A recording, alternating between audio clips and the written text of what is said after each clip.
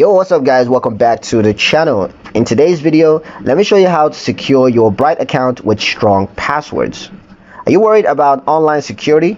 Let's lock in your Bright account down with a strong password in under 2 minutes. Here's how. First, open the Bright app and tap on your profile icon in the top right corner.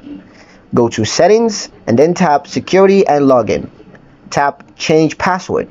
Now you're going to choose a strong password. Use at least 12 characters with a mix of uppercase, lowercase, numbers, and symbols.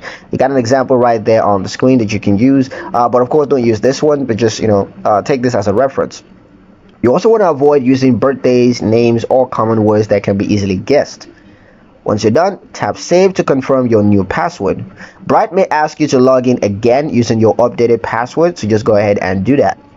A bonus tip, use a password manager to safely store your login. That way you don't forget it and have issues logging into your account later.